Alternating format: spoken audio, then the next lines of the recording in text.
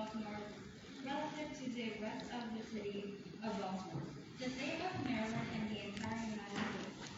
We are excited to share in the history of East Baltimore and especially proud of that Henderson Hopkins campus is home to this important new space. We are also thrilled today to debut the oral histories of several of East Baltimore's current and former residents to showcase the rich lives and history of people of East Baltimore and their work. We would like to thank everyone who has worked this hard. This project has been labor of love for many people for many years, and whether their part is making today happen with large or small, we would like to thank you all.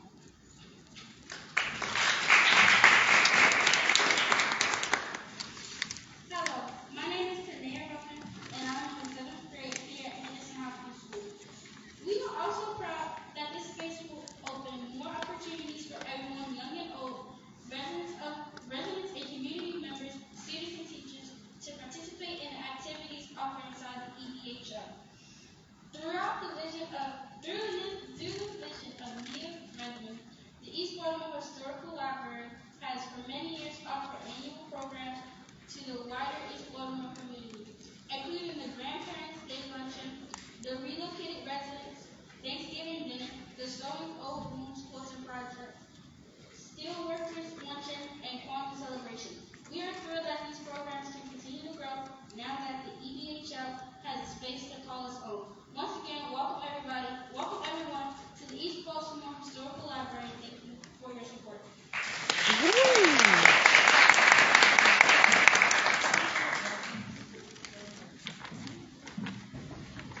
Thank you. Can we give our scholars another round of applause?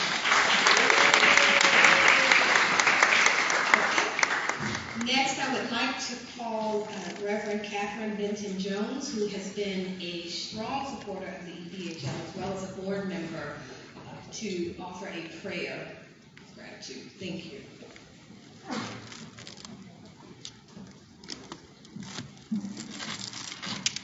Good afternoon, everyone. There were some words up on the screen that when we came in, and I don't know if you all saw it, it says, I am East Baltimore. Those of us that were groundbreakers in the beginning, those are the forerunners that have gone on, we are East Baltimore. If an accolade has not been given to you today in any form of writing, know that God honors the work that you've done and that your labor is not in vain. Before I pray, I would like everyone in this room to stand and let's give Ms. Neil Redmond a round of applause. Woo!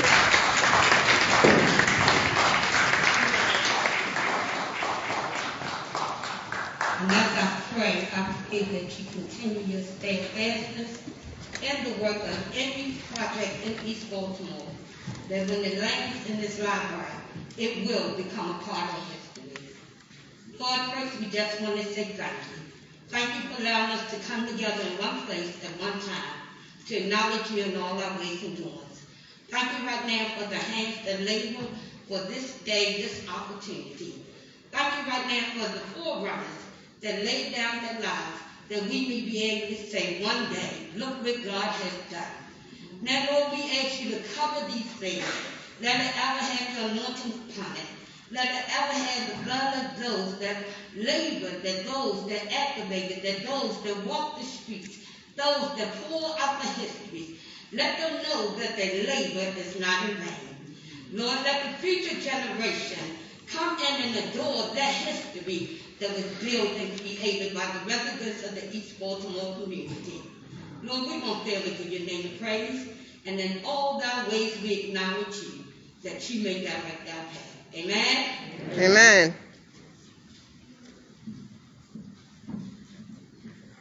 Thank you,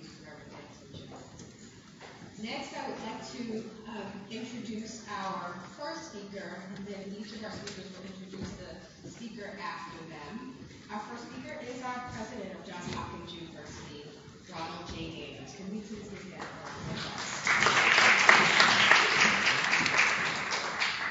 Well, thank you so much, Annette. And But as parents, thank you so much for giving us someone who has just been such an extraordinary, energetic, and just determined leader for us at Hopkins, but particularly in relation to Henderson Hopkins, this great school. So thank you so much, and thank you, Annette. Truly delighted to be here joining so many distinguished leaders, colleagues, and friends of Baltimore this afternoon to celebrate the long-awaited, very long-awaited, too long-awaited opening of this extraordinary new library and community space. Several years ago, I saw an award-winning documentary, I'm sure you did, about the great American writer James Baldwin.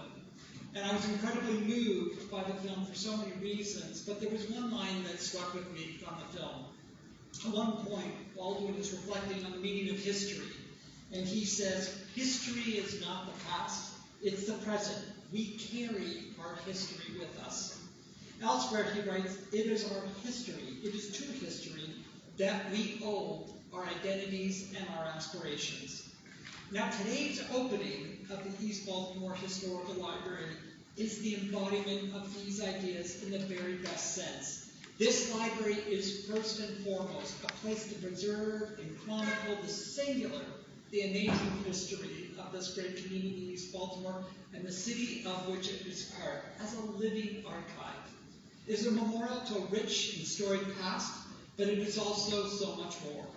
As a gathering space for community members, a resource for Henderson Hopkins, and a place to chronicle the history of East Baltimore and our city, the East Baltimore Historical Library is built to carry this history into the present and to resoundingly affirm the identities, the aspirations of those who have lived here and live here now, and who will live here in the future. Now, this is a remarkable achievement, and it could never have happened without years of labor, passion, and the dogged determination of so many who live in and care for East Baltimore, but especially, as has been said a number of times already today, and I'm sure many more times yet to come, Leah Renman, whose tireless advocacy and determination helped hold all of us to account for bringing this moment to fruition, especially Johns Hopkins. So, on behalf of all my colleagues and your friends and partners at Johns Hopkins, I'm proud to have been part of the group at the table that stayed the course on this project of so many years, and to have partnered in this effort with all of you. For us, it is one more way in which we hope to show that we are delivering on our commitment to support the great community of East Baltimore, from the opening of Henderson Hopkins School to the expansion of our live near you work grants, which allow families who work on Hopkins to put down roots and raise their families here. And it fills me with true joy to see this community thrive and to continue to build upon and honor the rich legacy of past generations. To our friends and colleagues, thank you for believing in this library. It is a living monument to the community, as dynamic as the people who will continue to tell the story of East Baltimore and who will shape the identities and aspirations of all who call this place home for years to come.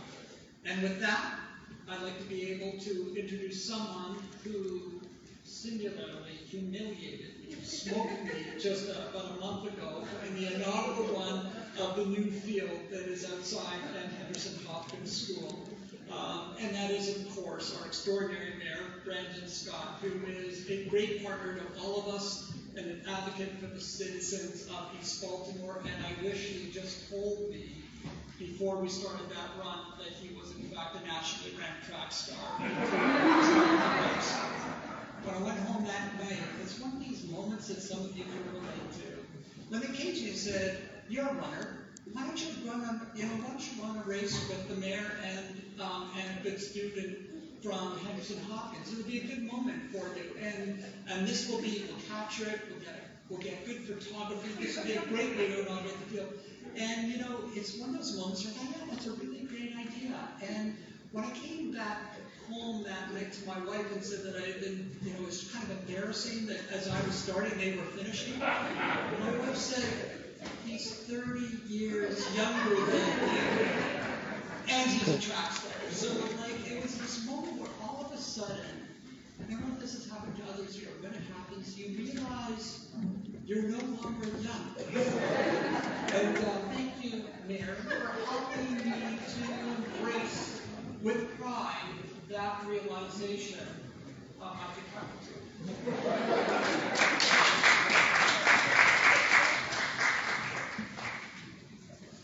Good afternoon, everybody.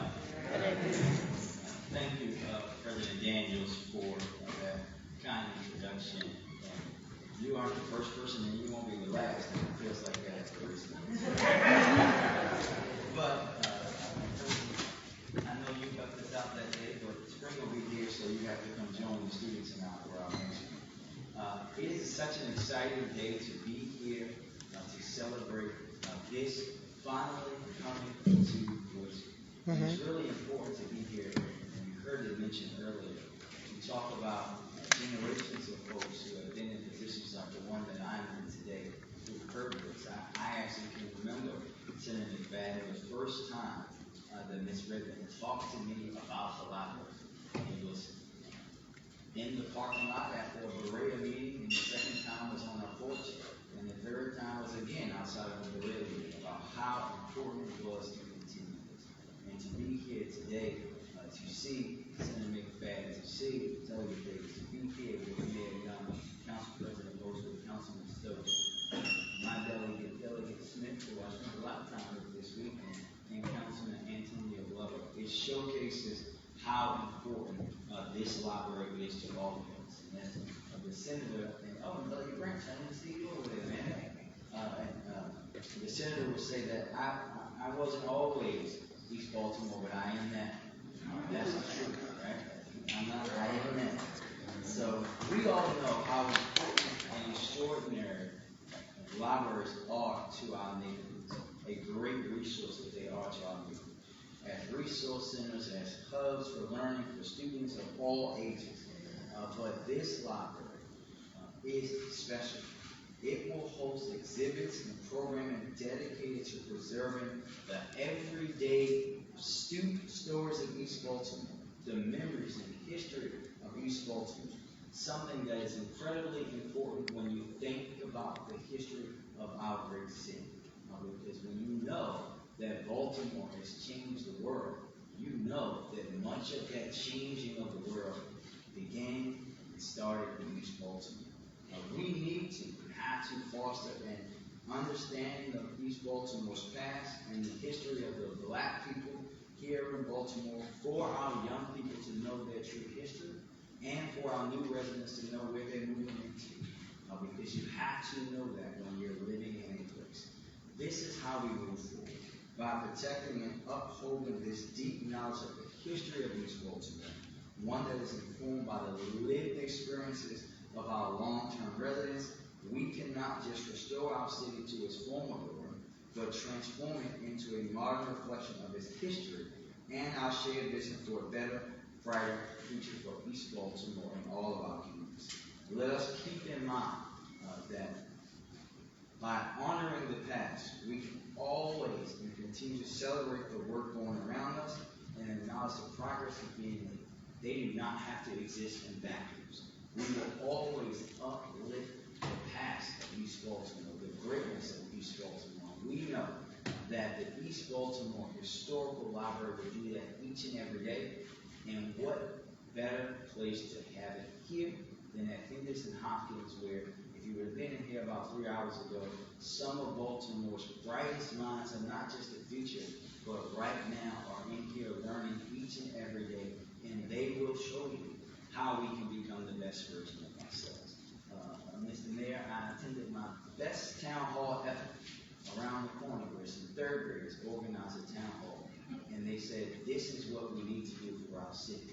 They didn't ask questions that you get sometimes at some other town halls or town halls about things for themselves. They said, how can we do better? That's what this library will help these young people learn about. How the folks came before them and worked to make sure that they had a better school, that they had a better community, and how they can continue to do so for those in the future. Thank you all for inviting me. Again, congratulations to everyone. Thank you to Ms. Redmond for continuing to press on all of us about how important this is. And it's my duty now to turn the podium over to a son of East Baltimore, Councilman Antonio Glover.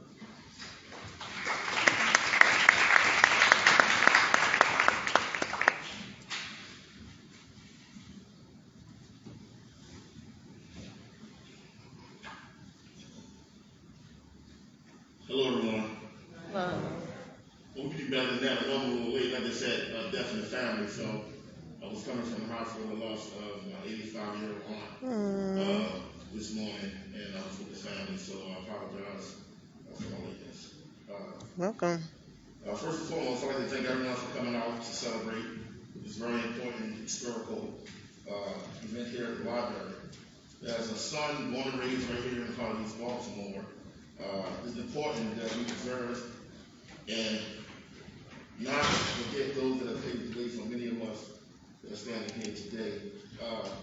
Going back with Mr. Mayor just said about Leah Redmond, this was something that was near and dear to her for a very, very long time. She would call me sometimes at 11, 12, sometimes 1 o'clock in the morning, because things were on my mind about how important it was for us to have this historical library right here in East Baltimore, but also for those that paved the way for us, like the late great Clarence B. Burns, and individuals like Senator McFadden, Hattie Harrison, who has paved the way for many of us here, and the late great Jack, who I always send my kudos out to because of the fact that I believe that you bring this one today. Recently I met today, I believe that she played a really, really big part because of the fact that when I was a young man coming from Hampstead Hill Middle School, my grandmother would always tell me, get on across the street to the B House. She lives at 140 North Carlton Avenue. Get on over to the B House. And I hate going over there to the B House because I always had to either clean or help serve food. And I wanted to go play with my friends down on the playground. But again, that helped me and molded me to be in the position I am today. And I'm forever grateful for her leadership. I like to honor the legacy of Hattie Harrison, who really helped make the vision come to pass. And I would like to also thank John Hopkins and the Hopkins School for marking this space available for this purpose. Again, thank you all. This is very important to East Baltimore. This is my home, and I cannot wait to see the excitement that's coming out of this school and out of the library. Thank you.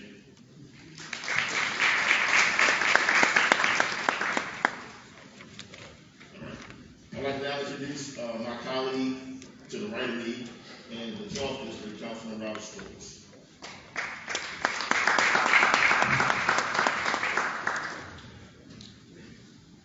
Good evening. Come on, East Baltimore. It's a great day in this city. We talk about history. We talk about black history. We create history here in East Baltimore. We should be standing up and be proud of the work that Ms. Nia has done and the volunteers. When we sit there and I say, stand up, East Baltimore, please. This is a great Good evening.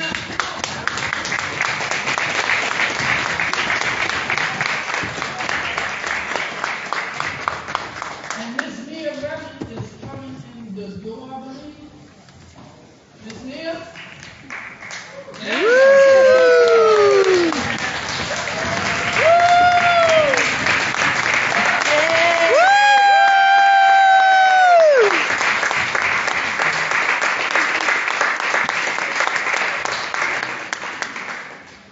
When we talk about history, we talk about black history, we talk about American history. When we got East Baltimore history, I don't think there is another library in the city of Baltimore that has the history of East Baltimore. Our young people now can know about the history and all the work that the people in this community did, that they get recognized, and the people that live here, adults that do not know the history of what people did in the city. And Ms. Nia, I remember when Miss Nia Redmond, she wanted the library at 1731. She wanted to cross the street. She wanted to be here. She wanted back here.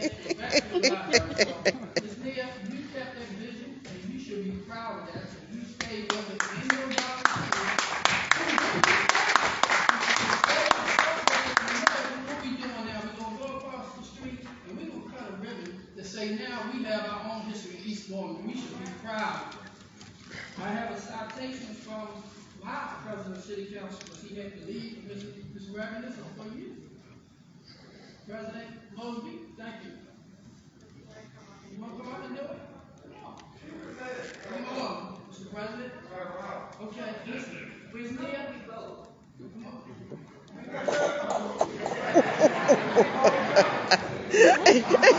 She said, remember when we vote.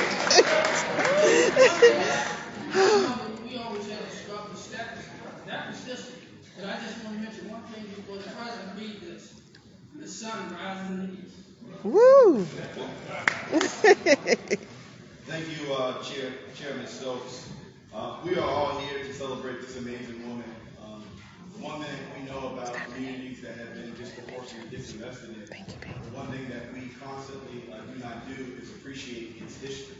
And I think a library in those types of communities, or the lack thereof, is a symbolic representation of how we lack the appreciation of that history, how we constantly lose that history, how we do not deem their sites historic, how we're comfortable bulldozing down communities with highways and byways and other things, and this has been historically done not only here in the city of Baltimore, but throughout our entire country.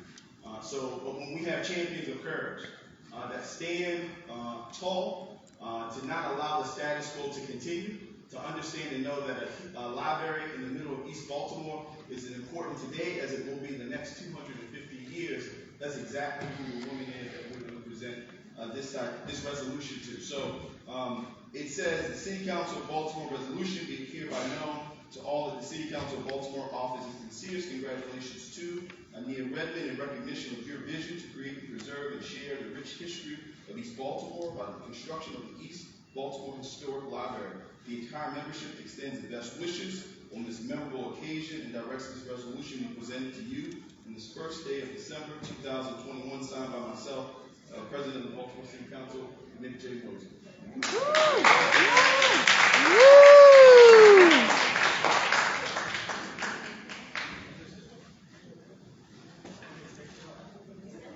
Okay, real quick.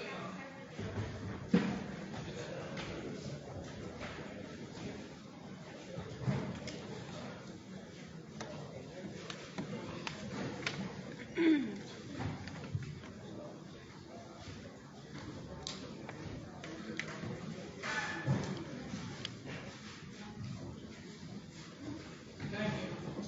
Real quick, I have to announce the next speaker. You know, we only have another part of history, and we have two mayors that come from East Baltimore.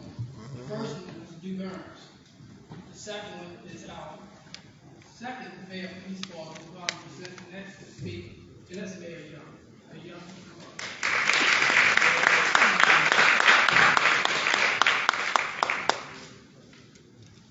Thank you.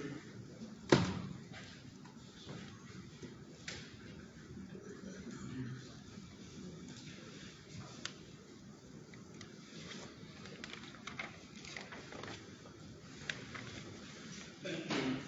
Can you hear me? Yes. Thank you, Councilman Stokes. First, I want to acknowledge Judge. Thank you for all of this support. I didn't go unnoticed. Senator McFadden and all the rest of them, Tom Davis, have already been acknowledged. I want to acknowledge Chief Adams, who is the mayor of Bowie, who has joined us. Thank you for being here. Nia, what can you say? My whole career after we started the EBHL project, Nia Redmond would just call me all the time, fussing at me about everything. Got me doing this, doing that. And she stayed in my ear, you had that vision. Right? It says where there's no vision, the people shall perish. You kept that vision alive. And there's be countless young people that's going to go through that historical library, that's going to learn the history of East Baltimore. And those who are moving into East Baltimore will see that rich history. But we have rich history right here in East Baltimore. And I would be remiss if I didn't acknowledge my sister-in-law, Tyra Hayes, who was a part of this administration. Anyway, she's a part of the school, and I want people to know that she's doing a great job here. But I just can't thank Nia enough for persevering, for keeping the fire on our feet, to make sure that this library came to fruition. Nia, you have been just stalwart in making sure that we did what we were supposed to do. And I'll be remiss if I didn't thank Ron Daniels from Hopkins, who have done a great job in trying to make sure that we got the funds and things needed to retrofit the library. And I just want to thank East Baltimore for standing behind Dear Redmond to make sure that we got this history with the historic East Baltimore library. Again, thank you for this opportunity. And Council President, I thought I was finished with this stuff. I really didn't want to do it. But he's a friend.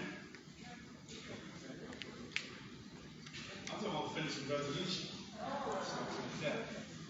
This is the City Council of Baltimore resolution. It is hereby known to all that the City Council of Baltimore offers its sincerest congratulations to the East Baltimore Historical Library in recognition of your work to preserve, share, and celebrate the rich history of the East Baltimore community. Congratulations on your opening. The entire membership extends best wishes on this memorable occasion and direct this resolution be presented on this first day of December 2021.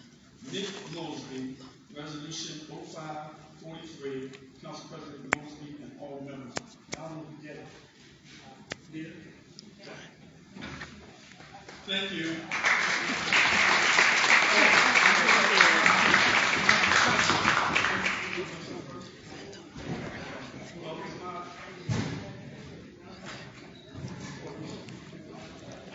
Okay, go ahead.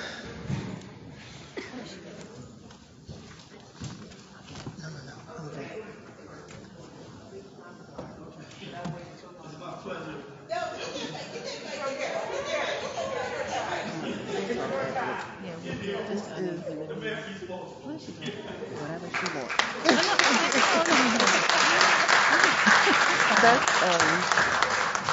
Stephanie's with us too. From Morgan. Bring up the name of my ancestors, Henry and Reverend Robert E. Houston, William Jackson, Agnes K. Cowell, Lorraine Green, Lorraine Chapman, Mr. James Tate,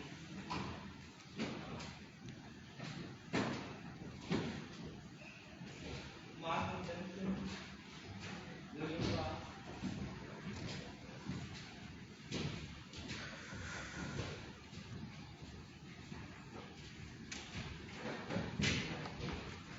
Leon Rouse, even my ancestors who God poured me in a place for us to call East Baltimore Historical Library. It's the seniors who were the people that taught me that this is right here. These are seniors. And I don't want to take a lot of time because it seems like there's a lot happening today. But the thing I'd like to thank Ron Daniels for, I'd like to thank Alicia Wilson. I'd like to thank Peter Hammond, J.D. Merrill is not here. That's O'Malley's son-in-law, by the way. This young man and Peter Hammond came to school, and these people made these schools turn around. And that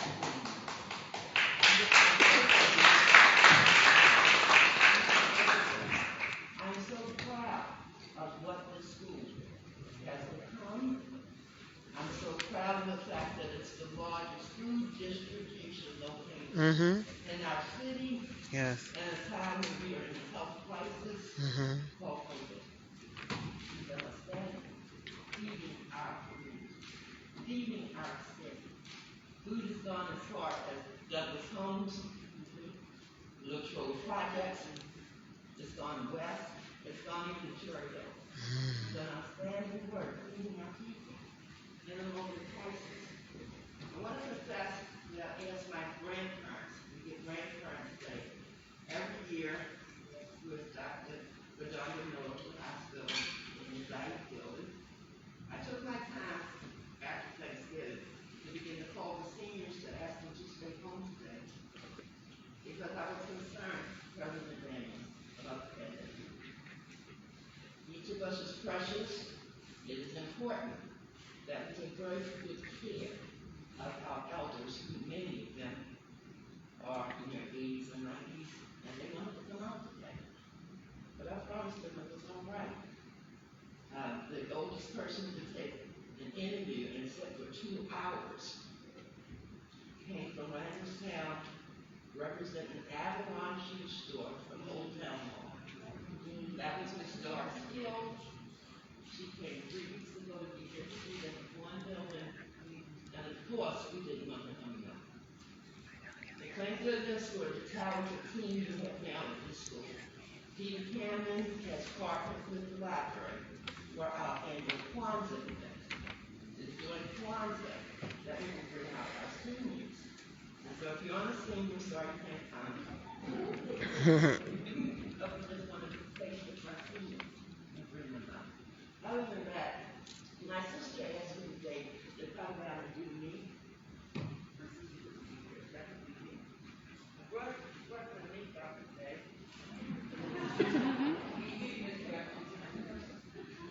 It feels so good. When you rub my face beside it. This coat go out to my mom. My sister suggested, you know what I said, when you get that coat out that box and you wear it. So my mom is with me by having it. That's right. And just rubbing them across my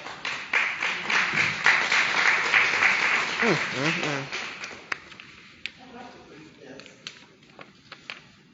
Hopefully most of you have a copy of it.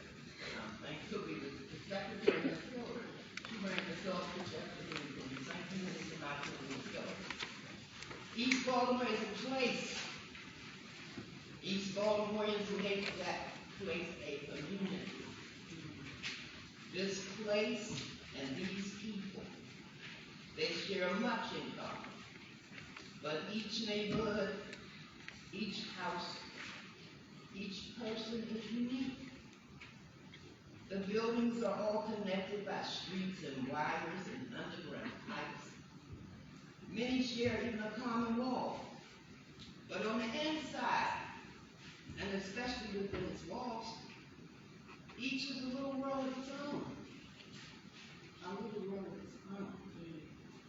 The people of East Baltimore's neighborhoods are also linked to one another with invisible ties that hold as firm as iron and remains as solid as its famous brick houses. The family and neighborhood, the fellow parishioner, the fellow worker, the childhood friend, and the new acquaintances made in old age. The strong memories of those who passed on, and the expectations for the children who become men and women of East Baltimore tomorrow. All these things turn a sea of individuals into a neighborhood and a community. Each resident has been molded by his or her life in this place, by streets, alleys, shops, factories, and by the people, both the living and the memories of those who died long ago. In turn, the present generation is reminding this part of the city and to its own collective energy. Most important of all, they enter and sustain that golden web of love, friendship, and association which has been a part of the life of East Baltimore since time out of mind. Like all spots on the earth, East Baltimore is an arena of competition, conflict, suffering, and loneliness. But the fact that so many have chosen to live out their lives here, even when they could have gone elsewhere, and the fact that many new people are choosing to enter into the life of this community, shows that the natural tragedies and pains of human existence do not rule our corner of America. Understand that. East Baltimore is tens of thousands of quietly heroic people, quiet people, who have struggled and worked to make a good life for themselves and those who love.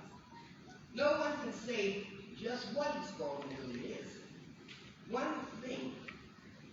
can only say that it is alive in the minds and the hearts of its residents, and it is just as real as the individual faces and buildings you'll see in that exhibit over there.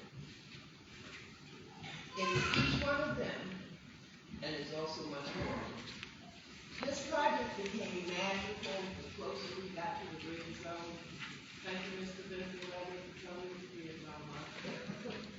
But the closer we got to the red zone, the fewer things started happening. I began to get calls from people from Oklahoma who told me, Miss, we'd like to give the library. What I just read came from a Professor Arnold. This is Joseph Arnold, Professor of History, University of Maryland, Baltimore County. This man passed away 2 years ago. But this was in an envelope that a lady from Oklahoma dropped off 3 weeks ago. When I read it, I Googled to find out, who is this person?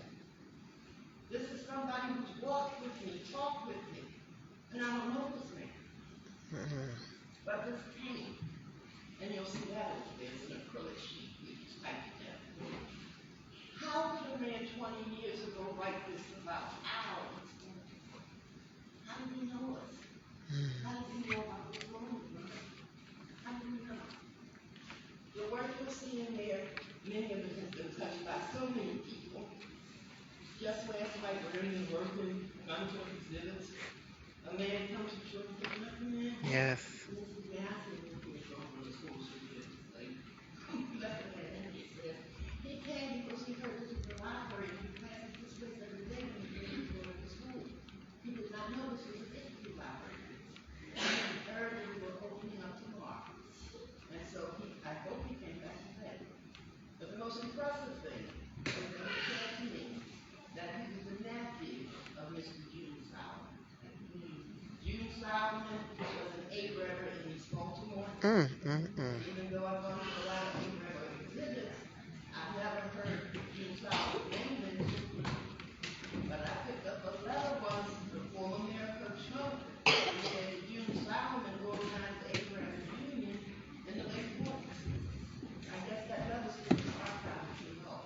I said it to say, this is a magic project. We need a little more magic. We need an authentic partnership between you and that audience at John Hopkins University and the school. We need an authentic relationship. To share a secret, President Ron Daniels is actually why I decided cancer. That's exactly why I decided. I'm an attorney. You know how I know this? Because that's why I decided. When I got on the EBHL board, one day I said, hey, you know what? I'm going to tell you everybody and tell me what you're asking about the times are. I would love to put a flag in here and think it was there. But everybody over here, when I found out the Lord man was between 30, I knew from my heart. I knew he was Christian. That was time. Turn this cruise ship around. You can't turn a cruise ship quickly. Cruise ship turns slowly. But Ron Daniels, by encouragement, the fact that somebody is getting killed. Part of the legacy at this university that we will second will be between the young and black people. It's been a love relationship. I've been going to it saved my family's lives. They're geniuses when it comes to research. We need to understand that this ship is around. That this means again. I think some people said, somebody said one thing, Neil, well, who's my ugly history in it? It's like that. And I said, we don't have ugly history. We have happy stories to share. But this is a community of nations. We have the Irish story. We have the Greek story. We have the Jewish story. The first place I put kids with kids in research was the Lord of the Union. Since they say this thing was true. But we have such a rich history. Every nation is represented in Baltimore City, starting with these Baltimore. And they're still coming. They're from the east. Sunrise in the east. And this is a heavy burden. But I have to say this, sir. I have picked back the two dollars.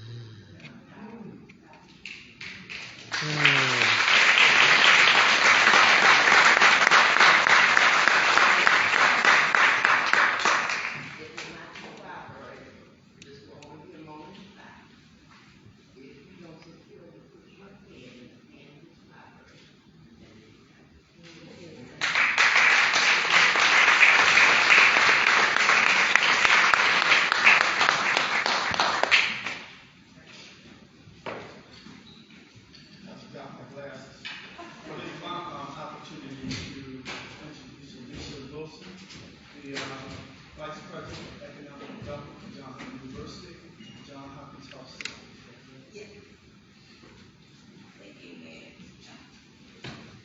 Good afternoon, everyone. I'm so honored to be able to be here today. As a native daughter of East Baltimore, I'm not going to tell you how old I am, but every day of my life I've been able to wake up and go to sleep in East Baltimore. And that really is a blessing that I'm actually getting filled up with here today. What I'm appreciative of is I think about what we are here today representing is a couple of things. One, I'm thankful for Nia Redmond and the fact that she realized the power and significance of who tells our story, and the fact that we can keep our story alive even though those who live it are gone. And so that is actually a blessing that someone thought it not robbery to do that for our people. The second is that great things come out of East Baltimore. As I look around this room, see Senator McFadden, seeing so many other leaders from East Baltimore, recognizing how much rich history we have here and that it is immortalized, actually right next door for all of us to be able to see. And thankful that I actually work for Johns Hopkins, an institution that has invested in ensuring that what we have is not lost, and ensuring that what we are building upon is of rich value, and that we continue to invest. I'm also thankful so greatly that we are able here in East Baltimore to be able to live amongst our heroes, and that our young people that attend Henderson Hopkins and all of the schools in this community will be able to see that the rich tradition that is of East Baltimore, and why people like me and so many others in this room have been able to not only live in East Baltimore, but thrive in East Baltimore and continue on the rich legacy of those who came behind us. So thank you. It's just an honor to be here today, and really appreciate this opportunity to cut the ribbon for the East Baltimore Historical Library. Thank you. Yeah. And with that, I would like to introduce my friend, Peter Canham. You've heard his name many times this afternoon. Really a stalwart and steward principal in our community, and someone who has made so much of what we're seeing today happen as well. Peter.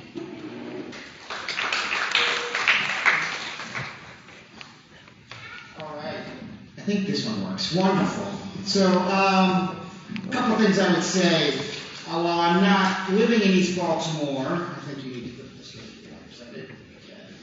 I started my career in East Baltimore, at Lombard Middle School, and have been serving the Baltimore community, East Baltimore community for close to 30 years, and I am very, very thrilled and the proud principal of the Henderson Hopkins. And we at this school are bringing top-tier academics, top-tier athletics, and social and emotional wellness for our students. And as we're building, we just got ranked in the U.S. News and World Reports as one of the top schools in all of Baltimore. Awesome. And it's something we're super proud of. We are the #1 food distribution site. We've given over 8 vaccination clinics servicing thousands of people to get healthy. We take our responsibility to the community very seriously. And then I really think about what students do we want at Henderson Hopkins, and I see Logan there. You did a great job, Logan. I'm proud of you. And we see what kind of students do we really want.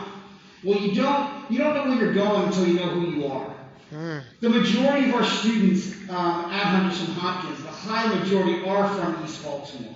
And so we're going to learn about the proud history of East Baltimore through the library. And I'm committed as the leader to think about how we carry on that legacy.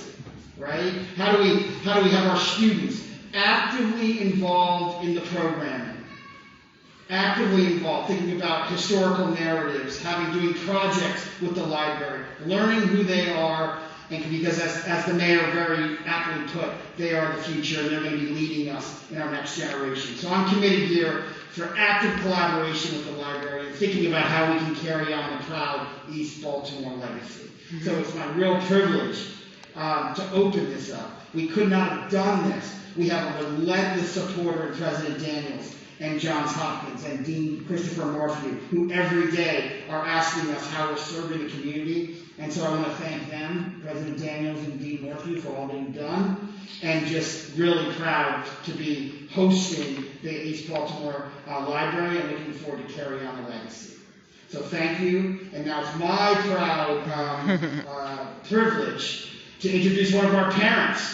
Remember, yes, she is a delegate, Stephanie Smith, but most importantly, she's a parent of Parker Smith here at Henderson Hopkins. Stephanie? Awesome.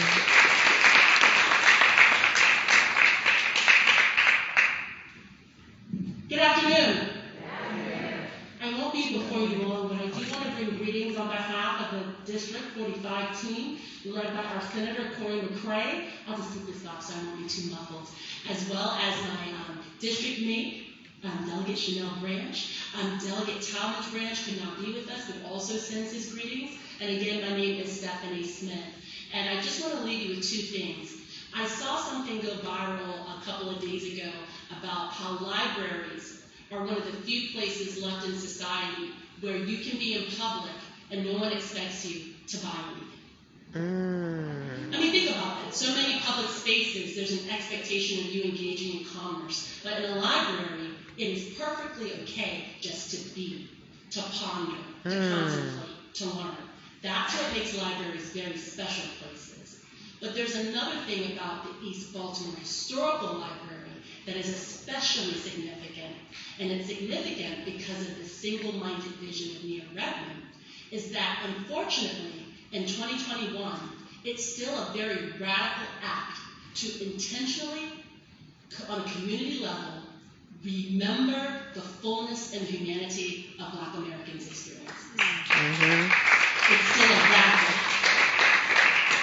Because even though I am an agent of the government, my husband works at Hopkins, my son goes to this fabulous institution, at the end of the day, a lot of people rather you forget the things that make you who you are, because it enables them to continue the momentum of what they constitute as normal. But it shouldn't be normal to forget our neighbors. It shouldn't be normal that after certain people leave Earth, they leave our consciousness and our memory. And I know that for many of us, we learn about ourselves through someone else's eyes. But this is a library about a collective community remembering itself and renewing that memory through subsequent generations. So I just want to say a special thank you to Nia Redmond, because it is radical to intentionally remember in an environment that is telling you, you know what, that's old. My phone, I'll just be point of privilege, I have a Samsung S9. Right? Living in a world where something just 5 years ago is rendered worthy of being forgotten, disposed of, and having no value. And I think any community, any culture, any state, any country that thinks that the memories of their elders is disposable and unworthy of remembering and honoring does not have a bright future. Because in that remembering, you know who you are, you know where you're going, and you also get recentered when you go astray. So thank you for coming out for this moment. I'm excited that my son will be able to go in there and learn about what it means to be an East Baltimorean, because he's an East Baltimorean native, and there is no place better than East Baltimore Park.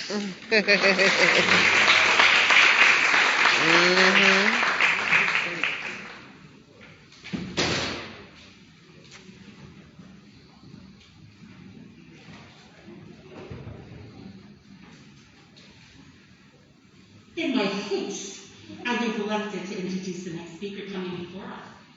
And that will be Amber Jones, niece of Nia Redmond.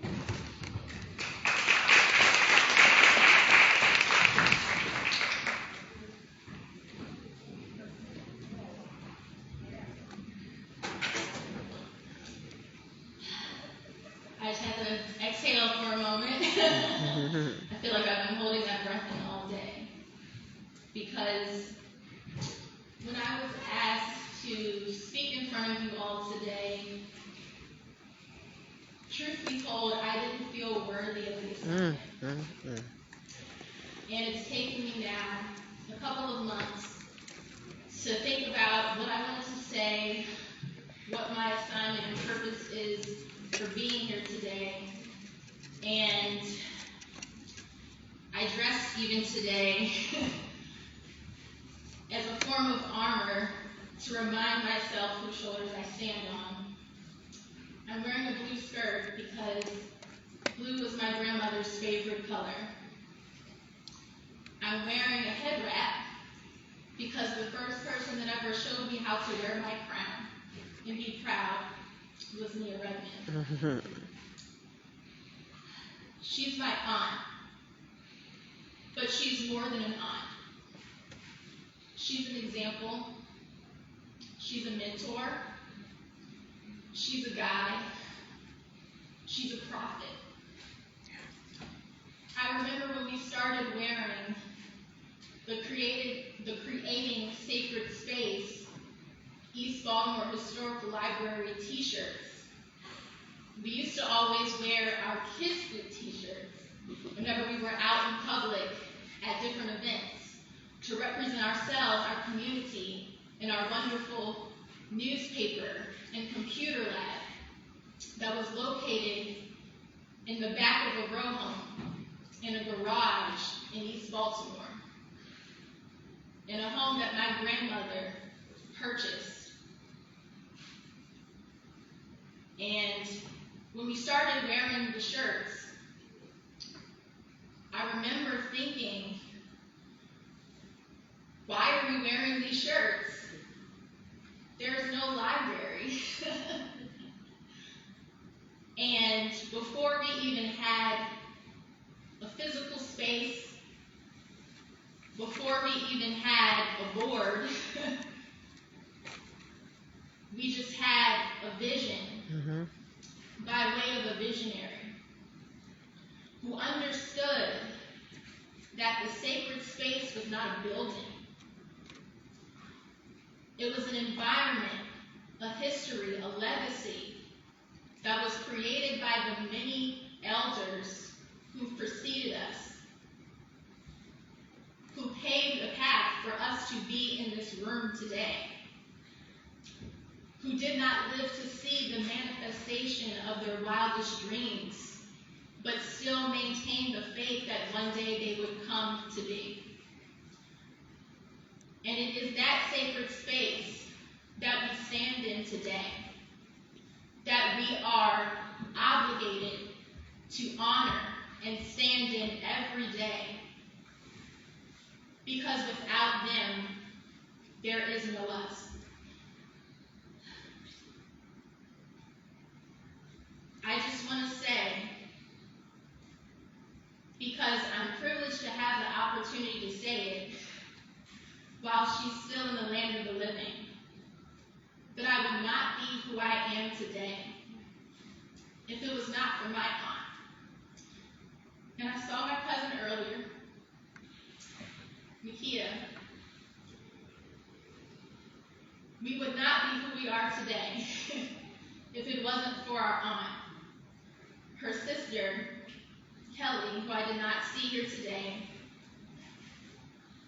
would not be where she is today if it was not for our aunt. And the reason I say that is because those of you in this room who know Nia, know her history, know her contributions to community, understand that it is only possible that 3 little black girls from East Baltimore can call themselves real estate developers, authors, publishers, designers, filmmakers, and entrepreneurs because of the legacy and the example that was set for us by our aunt, by our grandmother, all the matriarchs in our family who made a way when it did not seem possible. But they did it anyhow. And I also want to say, they're not here right now, but it just warmed my heart. Actually, I see one of them still in the audience. to see 3 children standing up here today and speaking on behalf of what it means to be here today. Because there was a time when children were not expected to speak in rooms full of people with this prestige, with these accolades and positions behind them. But it was Nia Redmond who showed us that regardless of our age, regardless of how quiet or shy we were, how wonderful or terrible our grades were, regardless of what neighborhood we came from, and how we wore it, that we were worthy to be in any room. And I want those children to know that you are worthy, not because of your accomplishments, but because you exist. And with that, I wanted to introduce Nia, but in true Nia fashion, she didn't stick to the script.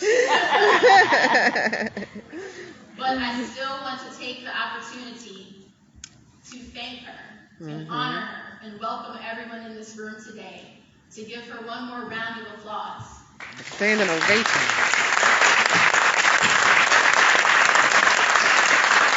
I need to stand up and do that. I just want to say one last thing. I am East Baltimore. Yes. I am East Baltimore.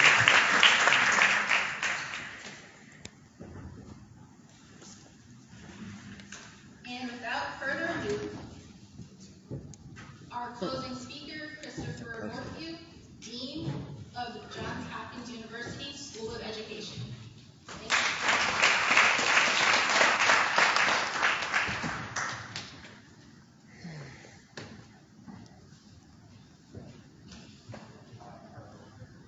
Thank you, Amber. That was really excellent.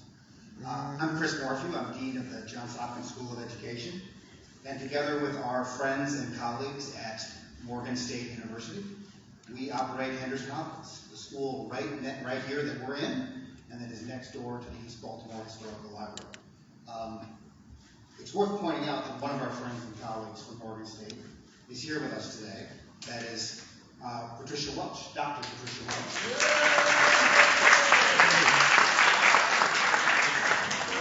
It's also worth noting that each one of you is sitting in Welch Auditorium. Woo! Awesome! Now, the School of Education has been involved in the development of the East Baltimore campus since 2010, and we are absolutely delighted to see this project come to fruition. Like so many of us here today, we all owe a debt of gratitude to Nia Redmond.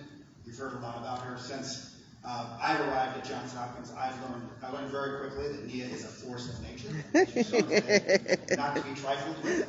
And she's someone who can bring a project like this to the end. So thank you to Nia and to all the dedicated team and scholars that have put all of this work together. As I think about the promises and the possibilities of this new space, the educator in me rises to the surface. I find myself wishing that every school, just like Henderson Hopkins here, could be next to a historical library. So many schools could benefit from that kind of community connection and that kind of a sense of belonging in their communities. Not so long ago, it was common for people to think about education as separate from a community, separate from families.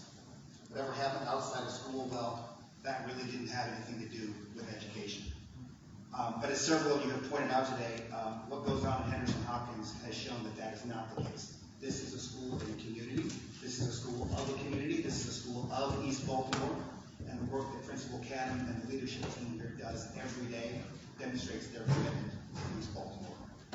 And education is all around us. It happens in the family, in the community. Education is social, it's emotional, and extends beyond the school to each and every individual in the community.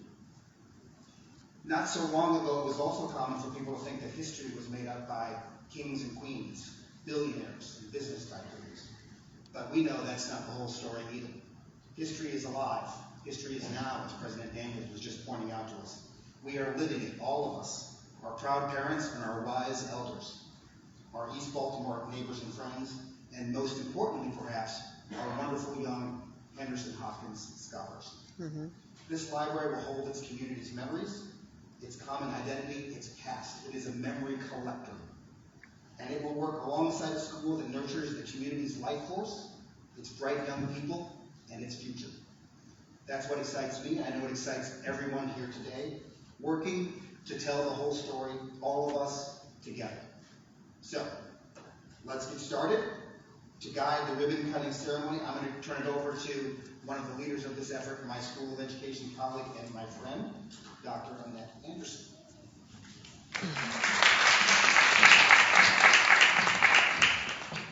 Right. So thank you again, everyone, for a fantastic afternoon. We are now going to adjourn out these double doors up the street to the actual ribbon cutting for the EBHL.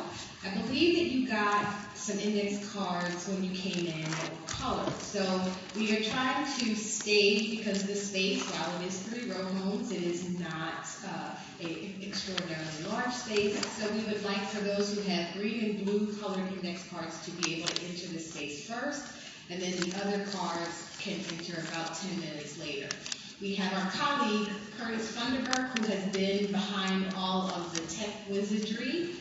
He's going to play one of the, or a few of the interviews that the team who have been compiling what we've called scoop stories, but Mia calls brunch. So we're going to play the interviews so that you can see some of the interviews of the residents of historic East Baltimore. So those of you who would like to go to the ribbon cutting, we will now adjourn that way. And for those of you who want to take a few moments and watch the interview before you actually go to the space, thank you. I just want to say again, thank you all.